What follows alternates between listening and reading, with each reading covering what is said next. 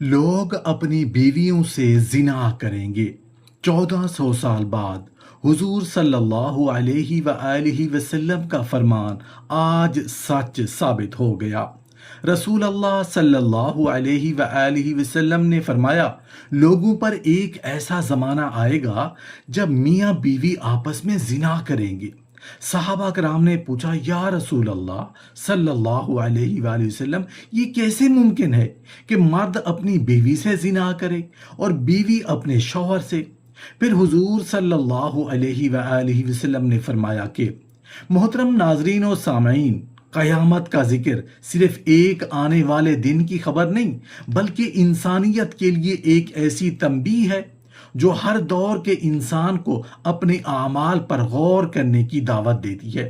قرآن مجید اور احادیث نبویہ میں قیامت سے پہلے ظاہر ہونے والی متعدد علامات بیان کی گئی ہیں تاکہ لوگ وقت آنے سے پہلے اپنی اصلاح کر لیں۔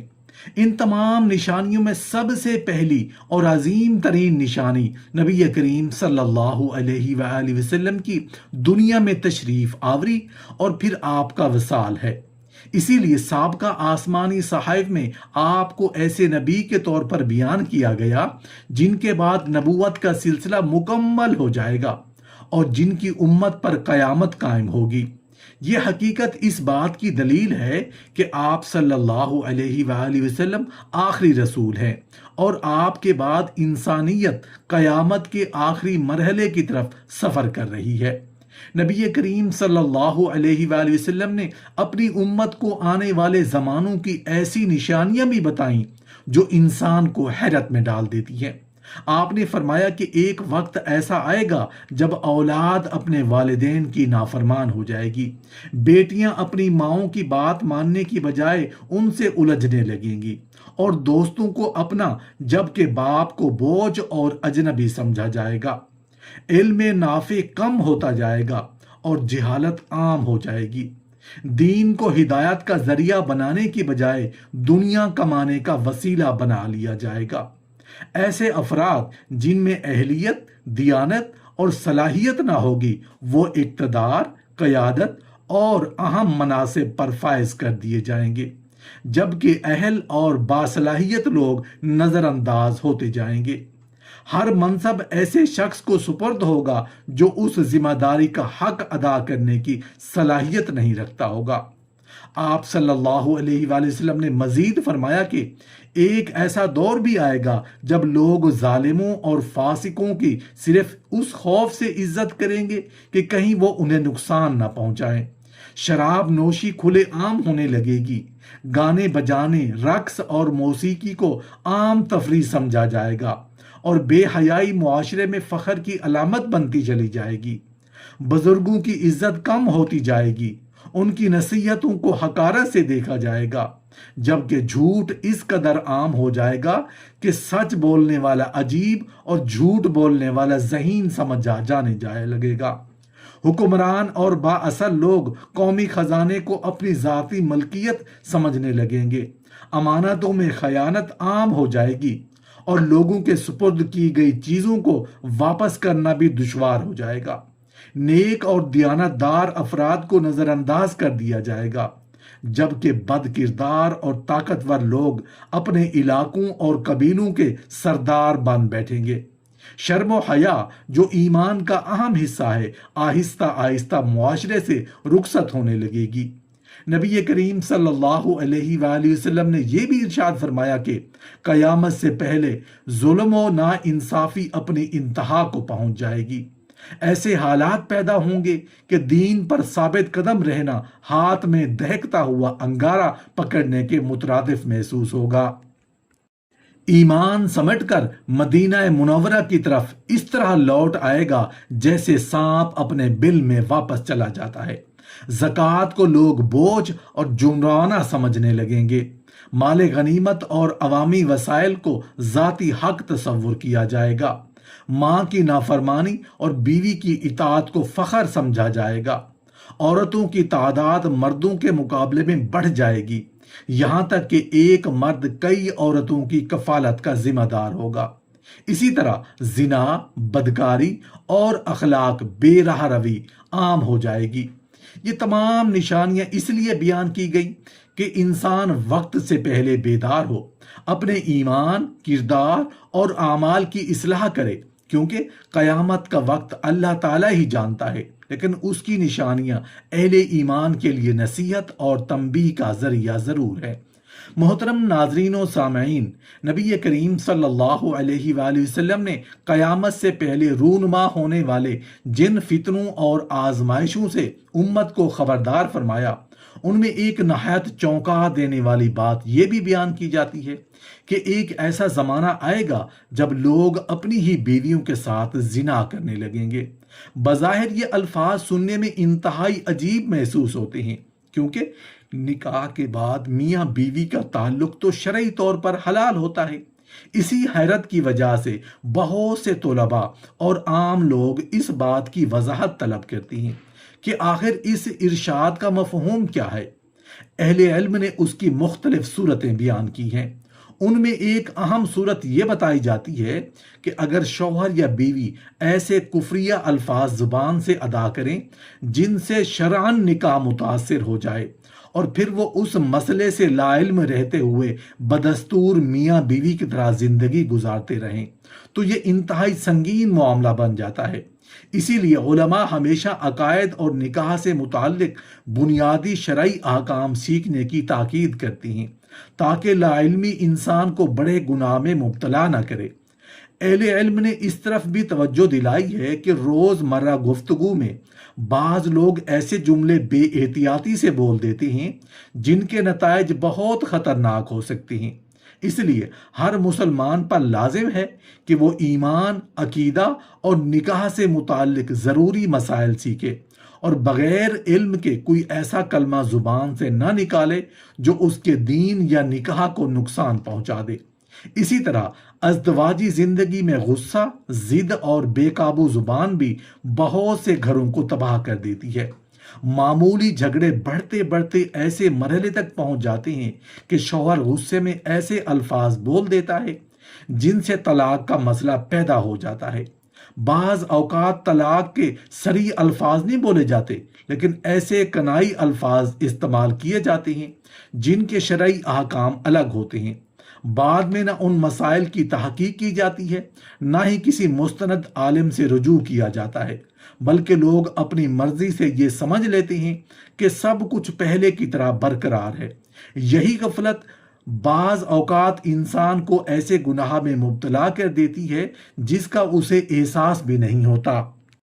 محترم ناظرین و سامعین، آج کے دور میں ایک اور افسوسناک صورت یہ بھی دیکھنے میں آتی ہے کہ بعض لوگوں کو معلوم بھی ہوتا ہے کہ طلاق واقع ہو چکی ہے، لیکن خاندان کی بدنامی، معاشرتی دباؤ یا دنیاوی مصلحتوں کی وجہ سے وہ شرعی رہنمائی حاصل کرنے کی بجائے ایک ہی گھر میں میاں بیوی کی حیثیت سے رہتے ہیں۔ یہ طرز عمل انتہائی خطرناک ہے، کیونکہ نکاح اور طلاق کے احکام اللہ تعالیٰ کی مقرر کردہ حدود ہیں، جن کے بارے میں معمولی سی بے احتیاطی بھی سنگین نتائج پیدا کر سکتی ہے۔ البتہ یہ بات بھی ضروری ہے کہ اس موضوع میں بیان ہونے والی بعض روایات اور ان کی تشریحات کے بارے میں اہل علم کے درمیان مختلف آراء پائی جاتی ہیں۔ اس لیے کسی خاص حدیث یا اس کی تعبیر کو بیان کرتے وقت مستند محدثین اور معتبر مفتیان کی تحقیق کو پیش نظر رکھنا چاہیے۔ مسلمان کی ذمہ داری یہی ہے کہ وہ دین کا ضروری علم حاصل کرے، نکاح، طلاق اور عقائد جیسے حساس مسائل میں اپنی رائے پر اعتماد کرنے کی بجائے مستند علماء سے رہنمائی لے، تاکہ اس کا نکاح بھی محفوظ رہے، ایمان بھی سلامت رہے، اور وہ اللہ تعالیٰ کی مقرر کردہ حدود کی پاسداری کرتے ہوئے زندگی گزار سکے۔ نبی کریم صلی اللہ علیہ وآلہ وسلم نے قیامت کی متعدد علامات بیان فرمائیں، جن میں بعض ایسی ہیں جو ہر دور کے انسان کو سوچنے پر مجبور کر دیتی ہیں۔ انہی میں سے ایک علامت صحیح بخاری میں مذکور یہ ہے کہ جب معاملات نااہل لوگوں کے سپرد کر دیے جائیں گے تو قیامت کا انتظار کرو۔ اس ارشاد کا مفہوم یہ ہے کہ جب ذمہ داریاں ایسے افراد کو دی جانے لگیں جو علم، دیانت، اہلیت اور انصاف سے خالی ہوں تو یہ معاشرے کے اخلاقی زوال کی بڑی نشانی ہے۔ بہت سے علماء اس حدیث کی تشریح کرتے ہوئے کہتے ہیں کہ مختلف ادوار میں دنیا کے کئی معاشروں میں ایسے حالات دیکھنے کو ملے ہیں جہاں میرٹ کی بجائے طاقت، سفارش، دولت یا ذاتی مفاد کی بنیاد پر اہم مناصب تقسیم کیے گئے۔ تاہم یہ بات یاد رکھنا ضروری ہے کہ کسی مخصوص ملک، حکومت یا حکمران کے بارے میں قطعی طور پر یہ فیصلہ کرنا کہ فلاں شخص اسی حدیث کا مصداق ہے، ایک اجتہادی رائے ہے، نہ کہ خود حدیث کا صریح بیان۔ اس لیے ان احادیث کو اپنے اعمال کی اصلاح اور اجتماعی احتساب کے تناظر میں سمجھنا زیادہ مناسب ہے۔ صحیح بخاری میں قیامت کی ایک اور معروف علامت یہ بیان ہوئی ہے کہ لوگ بلند و بالا عمارتیں تعمیر کرنے میں ایک دوسرے پر سبقت لے جانے لگیں گے۔ نبی کریم صلی اللہ علیہ وآلہ وسلم نے اس منظر کو نہایت مختصر مگر جامع انداز میں بیان فرمایا کہ ننگے پاؤں، برہنہ بدن اور بکریاں یا اونٹ چرانے والے لوگ ایک دن بلند عمارتیں بنانے میں ایک دوسرے پر فخر کریں گے۔ آج اگر دنیا کا جائزہ لیا جائے تو واقعی آسمان سے باتیں کرتی ہوئی عمارتوں کی دوڑ جاری ہے۔ مشرق وسطیٰ سمیت دنیا کے مختلف ممالک میں ہر چند سال بعد ایک نئی اور پہلے سے زیادہ بلند عمارت بنانے کے منصوبے سامنے آتے ہیں۔ جدید انجینئرنگ، معاشی ترقی اور عالمی مسابقت نے اس رجحان کو مزید تیز کر دیا ہے۔ بہت سے لوگ اس منظر کو اس حدیث کے ساتھ جوڑتے ہیں کیونکہ ظاہری طور پر دونوں میں مماثلت محسوس ہوتی ہے، اگرچہ کسی بھی موجودہ منصوبے کو حتمی طور پر حدیث کی تکمیل قرار دینا احتیاط کا متقاضی ہے۔ اسی طرح بعض علماء اس بات کی طرف بھی اشارہ کرتے ہیں کہ عرب خطے میں غیر معمولی معاشی ترقی، تیل کی دولت، جدید شہروں کی تعمیر اور فلک بوس عمارتوں کا رجحان ان احادیث کو سمجھنے میں قابل غور پہلو فراہم کرتا ہے۔ گزشتہ چند دہائیوں میں خلیجی ممالک نے دنیا کے بلند ترین تعمیراتی منصوبوں میں نمایاں مقام حاصل کیا ہے، اور یہ بھی حقیقت ہے کہ ان منصوبوں کو قومی ترقی اور فخر کی علامت کے طور پر پیش کیا جاتا ہے۔ تاہم یہ بات بھی پیش نظر رہنی چاہیے کہ احادیث کا مقصد صرف مستقبل کی خبریں دینا نہیں، بلکہ انسان کو غرور، دنیا پرستی اور آخرت سے غفلت کے انجام سے خبردار کرنا بھی ہے۔ اگر بلند عمارتیں انسان کو اللہ تعالیٰ کی یاد سے غافل کر دیں، تکبر پیدا کریں یا دنیاوی مقابلہ بازی کا ذریعہ بن جائیں، تو یہی وہ اخلاقی پہلو ہے جس کی طرف احادیث توجہ دلاتی ہے۔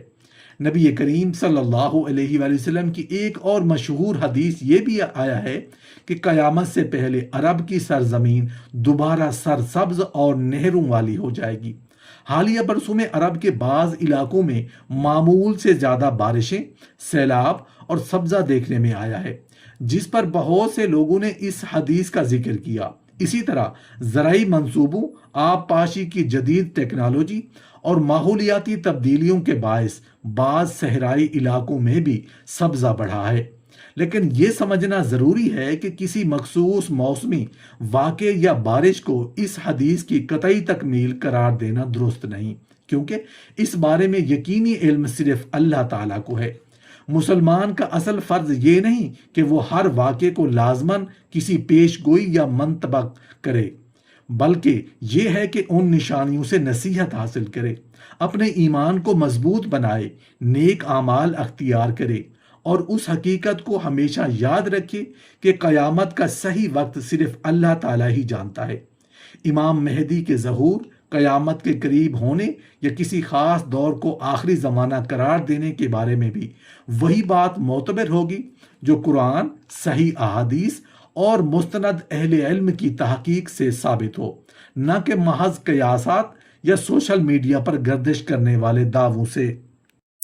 نبی کریم صلی اللہ علیہ وآلہ وسلم نے قیامت کی جن نشانیوں سے اپنی امت کو آگاہ فرمایا، ان کا مقصد محض مستقبل کے واقعات بیان کرنا نہیں تھا، بلکہ امت کو بیدار کرنا، ایمان کو مضبوط کرنا، فتنوں سے خبردار کرنا تھا۔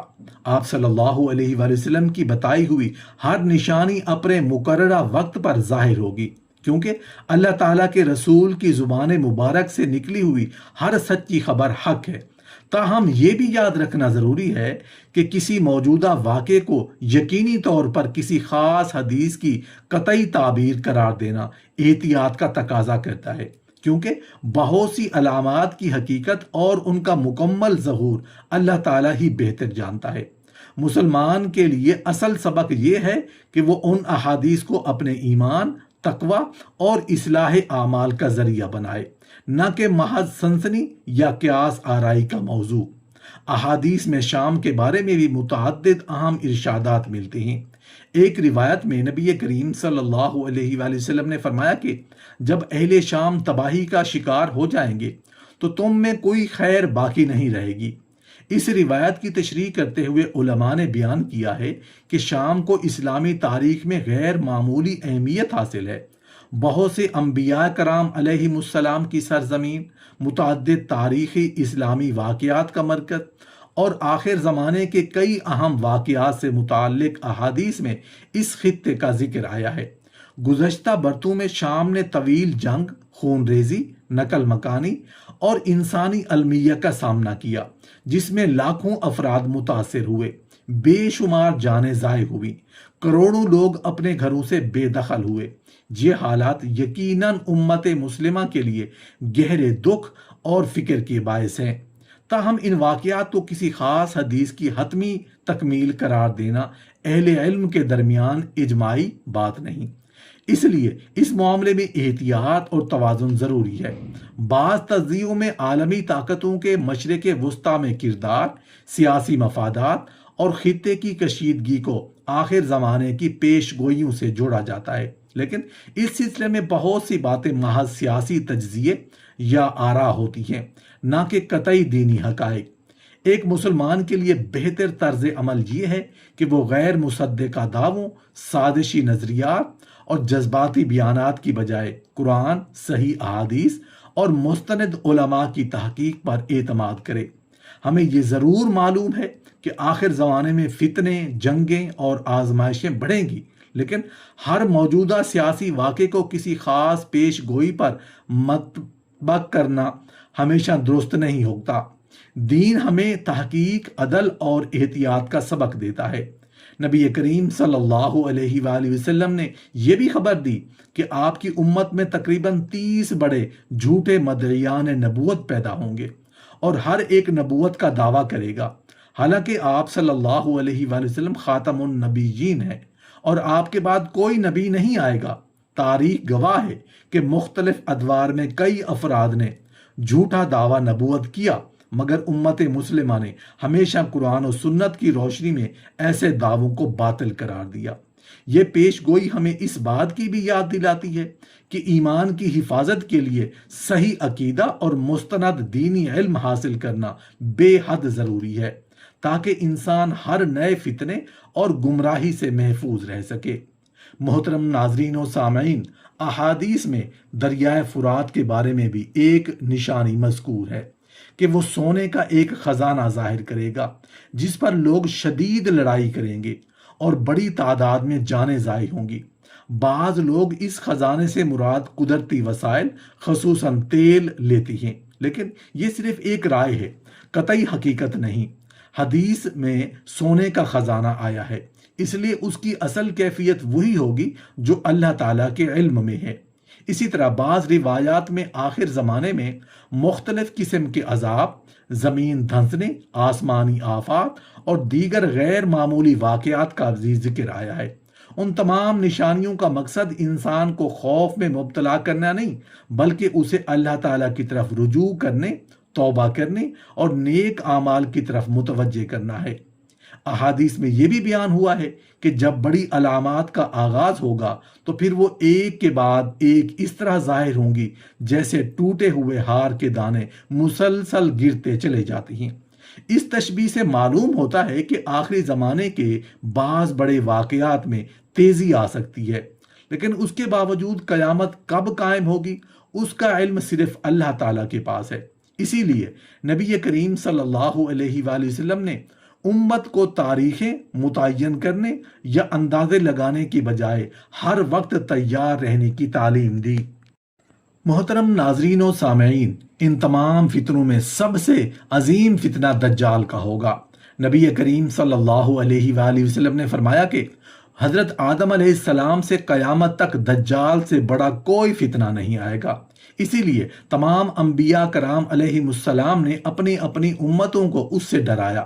صحابہ کرام رضی اللہ عنہم بھی اس فتنے سے اس قدر خوف زدہ رہتے تھے کہ اللہ تعالیٰ سے اس سے پناہ مانگا کرتے تھے۔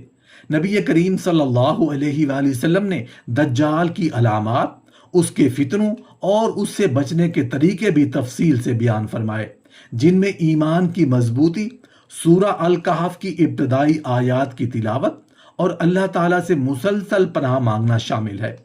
بعض علماء نے آخر زمانے کی علامات میں یہ بھی ذکر کیا ہے کہ بے حیائی، فحاشی، موسیقی اور لہو و لعب عام ہو جائیں گی، یہاں تک کہ گھروں میں بھی ناچ گانا معمول بن جائے گا۔ اگرچہ معاشرے میں اخلاقی بگاڑ یقیناً ایک تشویشناک حقیقت ہے، لیکن ہر مسلمان کی ذمہ داری یہ ہے کہ وہ دوسروں کے حالات پر صرف تبصرہ کرنے کی بجائے اپنے گھر، اپنی اولاد، اپنے ایمان اور اپنے اعمال کی اصلاح کرے۔ یہی وہ راستہ ہے جس کی طرف قرآن و سنت بار بار رہنمائی کرتی ہیں، اور یہی آخر زمانے کے فتنوں سے محفوظ رہنے کا سب سے مضبوط ذریعہ ہے۔ محترم ناظرین و سامعین، آخر زمانے سے متعلق احادیث میں دجال کے فتنے کو سب سے بڑا فتنہ قرار دیا۔ نبی کریم صلی اللہ علیہ وآلہ وسلم نے بار بار اپنی امت کو اس سے خبردار فرمایا، اللہ تعالیٰ سے اس کے شر سے پناہ مانگنے کی تلقین فرمائی۔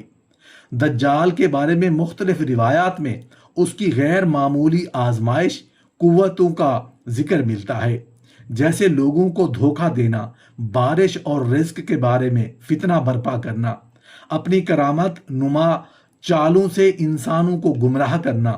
بعض لوگ ان روایات کو جدید ٹیکنالوجی، مصنوعی بارش، موسمی تبدیلی یا دیگر سائنسی ایجادات کے ساتھ جوڑنے کی کوشش کرتے ہیں، لیکن یہ بات واضح رہنی چاہیے کہ ایسی تطبیقات قطعی دینی حقیقت سے نہیں، بلکہ بعض افراد کی تشریح یا رائے ہے۔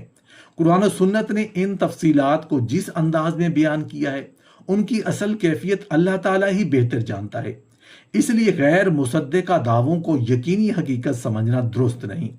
احادیث میں یہ بھی آیا ہے کہ آخر کار حضرت عیسیٰ علیہ السلام نازل ہوں گے اور اللہ تعالیٰ کے حکم سے دجال کا خاتمہ کریں گے۔ اس عقیدے پر اہل سنت کا اتفاق ہے کہ تاہم دجال کے خروج سے پہلے دنیا میں ہونے والی ہر سیاسی یا عسکری سرگرمی کو اس سے جوڑ دینا درست طرز استدلال نہیں۔ اسی طرح بعض لوگ بعض درختوں، عسکری منصوبوں، ہوائی اڈوں یا جدید ٹیکنالوجی کو دجال کی تیاری قرار دیتی ہیں، مگر ایسی باتوں کے لیے مضبوط شرعی یا تاریخی ثبوت موجود نہیں۔ مسلمانوں کو افواہوں، سازشی نظریات اور غیر مستند معلومات سے بچتے ہوئے صرف انہی باتوں پر ایمان رکھنا چاہیے جو صحیح آداب میں ثابت ہیں۔ بعض صحیح احادیث میں یہ بھی ذکر ہے کہ آخری زمانے میں مسلمانوں اور یہودیوں کے درمیان ایک بڑی جنگ ہوگی، اور اس تناظر میں غرقد نامی درخت کا ذکر بھی آیا ہے۔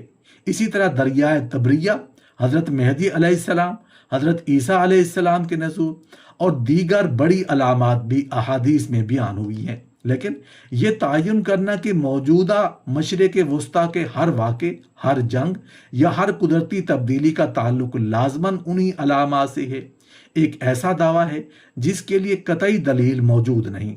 اسی طرح غزوہ ہند کے بارے میں بھی احادیث موجود ہیں، مگر ان کی تطبیق کسی موجودہ سیاسی کشیدگی یا مخصوص جنگ پر کرنا اہل علم کے درمیان متفقہ موقف نہیں۔